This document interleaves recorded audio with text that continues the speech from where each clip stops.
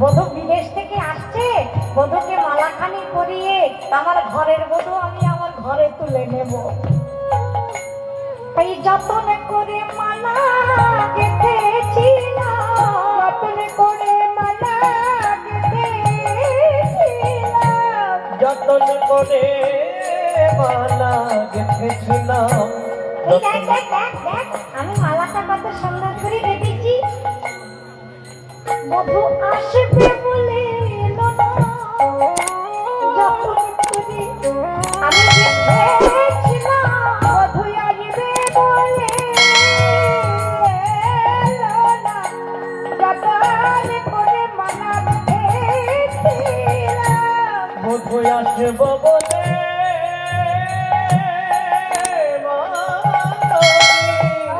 দেখতে আমার বধূ এলো না রে। বধূ আসব বলে যতন করে মালা গেঁথেছিলাম।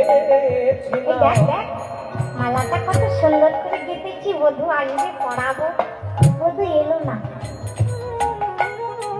মালাটা শুকিয়ে গেল, বেশি দিন থাকে ফুলের মালাটা শুকিয়ে গেল। মালাটার কপালটা কত খারাপ, ভাগ্যটা কত খারাপ বল। মালা কৃষ্ণ সেবায় লাগলো না সই, কৃষ্ণ সেবায় লাগলো না সই। মালা কৃষ্ণ সেবায় লাগলো না সই। এই ফুলগুলো তোমার কৃষ্ণ সেবায় লাগলো না, শুকনো মালা ভগবানকে দেয়া যাবে আর লাগাতে পারলাম না।